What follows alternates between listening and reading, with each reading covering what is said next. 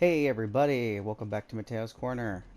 We are back with more Vampire the Masquerade, Shadows of New York, and I'm just gonna jump right into it. Okay. How do you imitate a New York voice with these sock puppet accounts? Living in Manhattan and being, mentally unstable makes this shit easy. To a normal, well-adjusted person from outside the city, everyone here seems mentally unstable. Ever watched the 9/11 Howard Stern show? No. Check it out someday. It's educational. Ask anyone in NYC about it, and they're like, it was a great bonding moment. He was helping us make sense of everything. Kept saying what we were all thinking. Then you listen to it, and it's everyone yelling that we need to nuke something, maybe the entire world. Get rid of all the Muslims. Fuck human rights. No investigations. Take their oil. Cheery. You watch it. Oh, keep forgetting these things. You watch it. You study it. You witness that specific brand of humor in the face of tragedy. And you understand that nothing outside of NYC really exists for the people who live here. Or the vampires.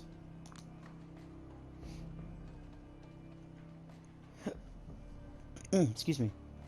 A foundational text, really. Whenever I need to get in that New York mindset for work, I let it play in the background. Works like a charm. Seriously, give it a shot sometime. Someday I might. For now, I think I will confront Vander Whedon with what you've told me. Or is it that you... Or is it what you haven't told me? What's the story? Me? Of course I haven't told you anything. You're such a good investigator, you figured it out all by yourself. And if he asks, just tell him Kaiser sold you the info. That should do the trick. I see. Thank you. Wow, so it really shows that these vampires, no matter where you're from, no matter who you work for, they will always try to stab each other in the back. What for? I did nothing. Let Nastia show you the way out, and if you don't know Vander Whedon's address, just ask her. Here we go. Oh, we are back on the train. Oh, okay, well, that was weird. That was a weird transition. Oh, that was just a show, I think. Thank you for having me, Mr. Vander Whedon. Oh, it's this guy again! Yes! I was wondering what happened to this guy. No need, no need. I'll be happy to assist your investigation in whatever way I can, Miss Sawinski. I freaking love this guy. I don't know why, but he just looks amazing. That sickeningly sweet smile. And this office. Spacious but oppressive. A man who knows how to subtly unnerve people. But does he even realize it? And I'm sure the presence of the esteemed Addison Payne will guarantee you I'm totally transparent. Am I right, Addison? Oh god, it's him. He looks pissed. Oh god. Oh no. Oh no. This is not good. Looks like I've interrupted a friendly meeting. Yeah, we did. In a far corner of the room, I spot glasses of blood and two spittoons. Vices and follies of the rich. Are you sure I'm not wasting your time? Oh, this guy. Not at all. Busy as I might be, I can't say I'm not curious about the findings in your case. Yes, my thoughts exactly. So, how are you handling your newfound responsibilities, hmm? I'm managing. I'll start by asking the obvious. Where were you the night Douglas Callahan met his, untimely demise? Vander Whedon raises an eyebrow and then lets out a restrained chuckle. You hear that, Addison? I might be suspected of foul play. Exciting, isn't it? Carter, no antics, please. Just answer the question. Of course, of course. Well, I was right here.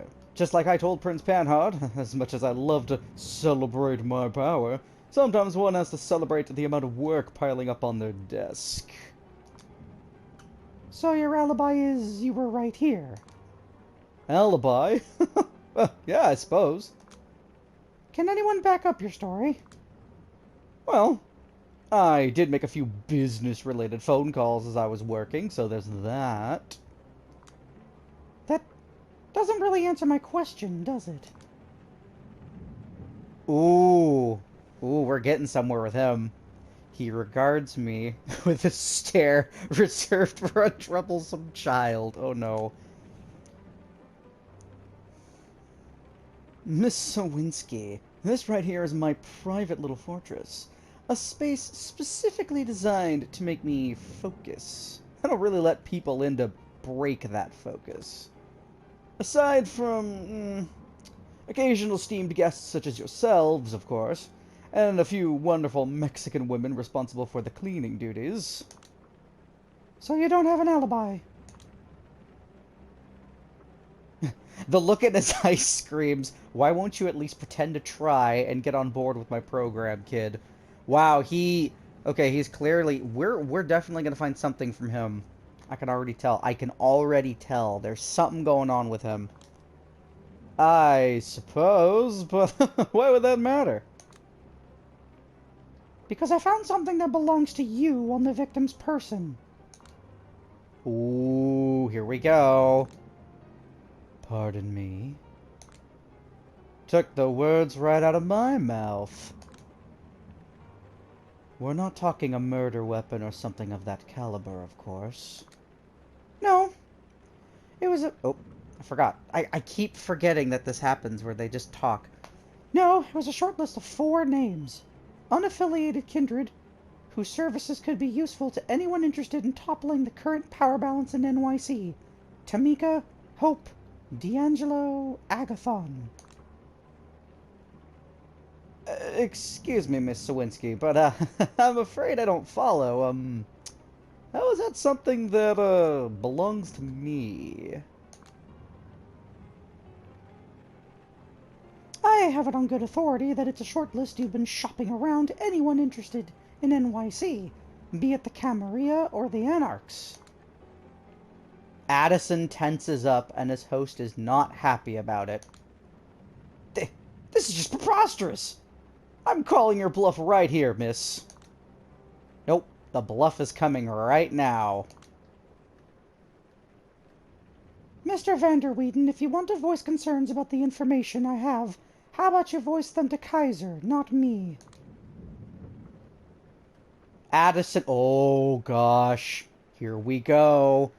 Addison's in on it too, I think. Addison turns to Vanderweeden, clenching his lips and gripping the wheelchair armrests tightly. Oh, the smile is gone. Oh no. Oh no. We hit a nerve. Oh no. Oh no. That was the face of a broken man. Oh no. For a brief moment, the ever-present smile on Vanderweeden's face goes missing, and the expression that replaces it reminds me of a horrifying void. Oh no. This... Wow. Wow. Wow, we really got somewhere with that one. Wow, okay, cool. Like a sneak peek into what's really going on in his soul. He quickly collects himself, but the image is burned into my retinas. To think these sorts of unsavory rumors are circulating around me, I should be grateful you let me know. So you're denying it?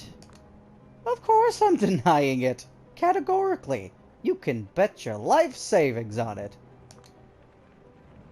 I certainly hope it is nothing more than an unfortunate blunder. Et tu, Brute? Come on, Addison. We've known each other for years. Yes? And what about it? I will... Sweet Jesus, Addison. I'll get back to you in a second. Any more questions, Miss Sawinski? Any of the names on the list sound familiar to you? No, I mean, yes. That is my long estranged child on your list. But that's just another reason why I'm flabbergasted anyone would consider it mine. I see. Well, I hope you understand why I'm considering you a prime suspect now. Yes, and I swear to clear my name as soon as possible. Scout's honor.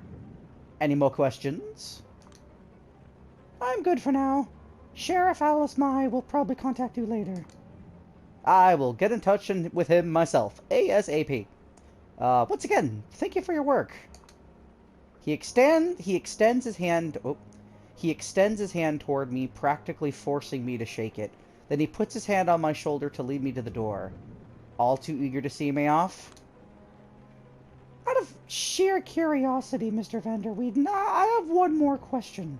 Might be a bit random. I really didn't need to ask it, but I wanted him to die inside for a moment. Oh, jeez. This poor guy. Well, actually, he might not be a poor guy. He might be a total asshat. We don't even know. Of course, my dear. His slightly strained tone suggests I may have succeeded. You seem like a person who couldn't live outside of NYC. By chance, have you listened to Howard Stern's talk show after the World Trade Center fell? A tad unsure, but once again, carefully controlled chuckle escapes his mouth. Jeez, that is random, but well, New York, born and raised, just like you said. Of course I did. Your opinion? Same as everyone else. It was the spiritual guidance we needed that day, coming from the unlikeliest of places. A visceral response that verbalized everything we felt. A beautiful moment of unity. Not that I'm into low-brow jokes about Pamela Anderson and the typical shock value that the show tended to offer, but as far as I'm concerned, Howard did an indispensable thing that day. Why are you asking? No particular reason. It might give me some insight into the kind of person you are. Well, it's the kind of person I am. Just your average New Yorker. So it seems. Well, then I'll leave you and Mr. Payne to your plans of conquering the city. Conquering the... Now that's spicy. Addison, I love this girl. She's gonna go far, I'm telling you. She's got that spunk, that glint in her eye. Goodbye, Miss Sawinski. I wish you a pleasant respite and a swift success in your investigation. Good night. I make it a point to bow to Addison's servant, not the man himself. Doubt he even noticed, but at least these invisible displays of rebellion make me feel a little better about myself. Alright, faster I leave, the better.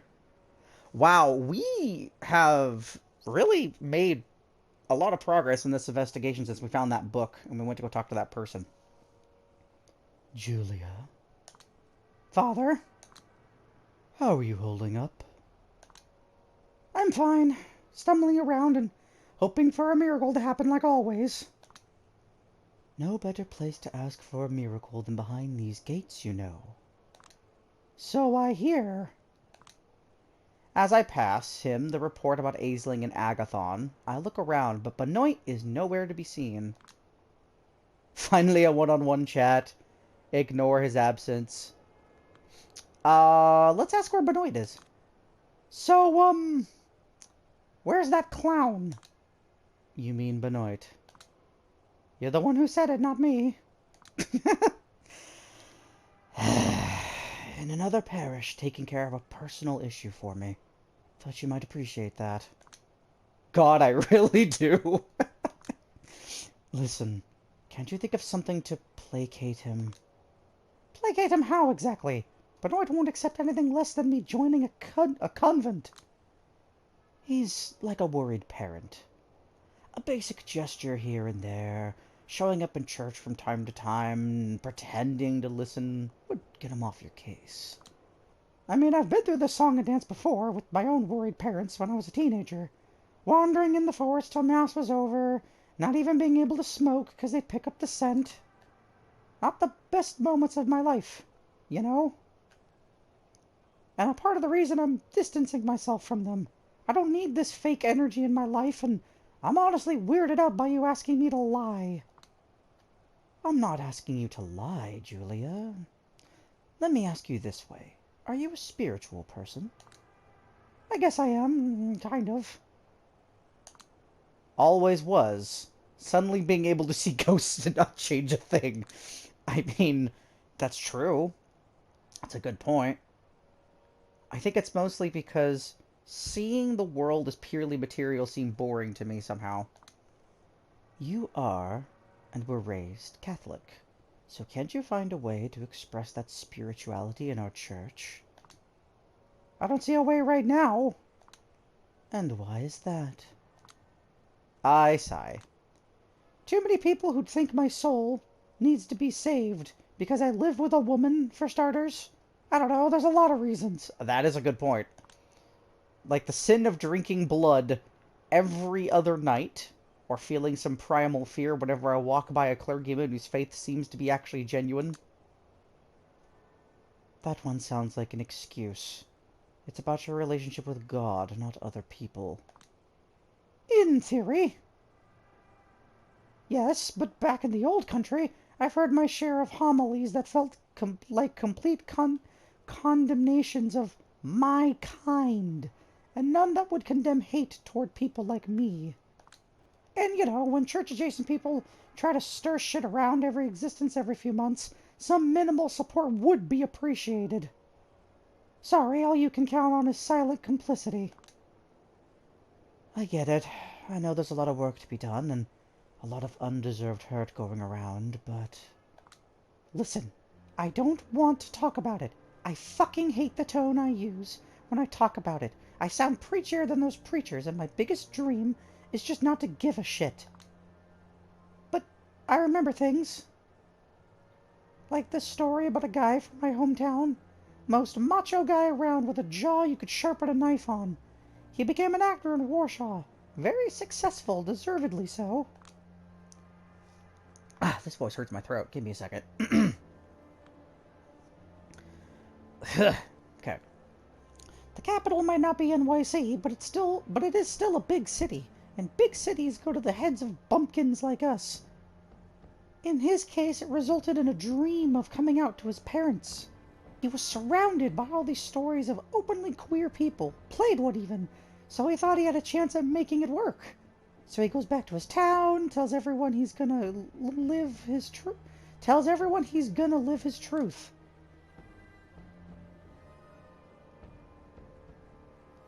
His dad, a ruling party adjacent businessman, curses him. His uncle takes him into the bushes and starts to destroy him physically.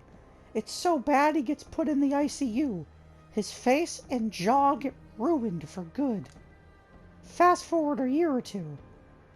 Oops. With his career over, the guy is stuck in his parents' rustic house. With no other path to follow, he turns to God, who tells him to forgive his kin. Everything's fine again. Oh. Angelic choirs sing of divine mercy. A kind-looking priest talks about protecting our families. A man sits in the front row of the church, a disfigured smile on his face. But that story alone didn't drive me away. One time when I saw how blissful he was, I could swear he was actually able to hear God whispering to him. He looked like a saint. It fucked me up so bad I left. Wow, that's pretty heavy stuff. I feel nauseated now. Maybe I'm still reeling from hearing about Kara and Jesse Montgomery. Now, if we could never talk about it again, that'd be great. I know that I tend to sound like a loser who loves to pontificate about shit I can't change, but at least I keep trying to change myself, damn it. I mean, at least there's that. I mean, at least you have that, Julia. I won't offer empty platitudes, but I think I understand what I was meant to understand. I hope I haven't insulted you in any way. Whatever. I've learned not to hold people responsible for what the rest of their organization is doing. Would be hard looking in the mirror otherwise. Not that there's much to see in the mirror right now. I'm just wondering about one thing. There's always a cross on your chest. I like how it goes with my outfit.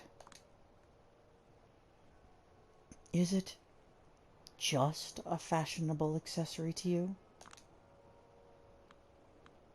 Oh, oh, oh. We could tell him, or we could not tell him.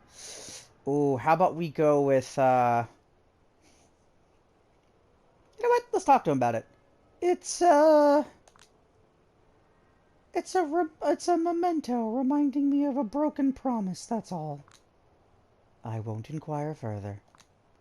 Good. Have a good night, Father. Okay, that's where we're going to stop for today, since we are running out of time.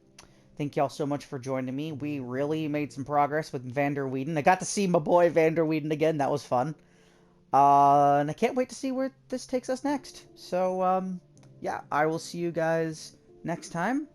Take care of yourselves. Have a good one. Bye-bye.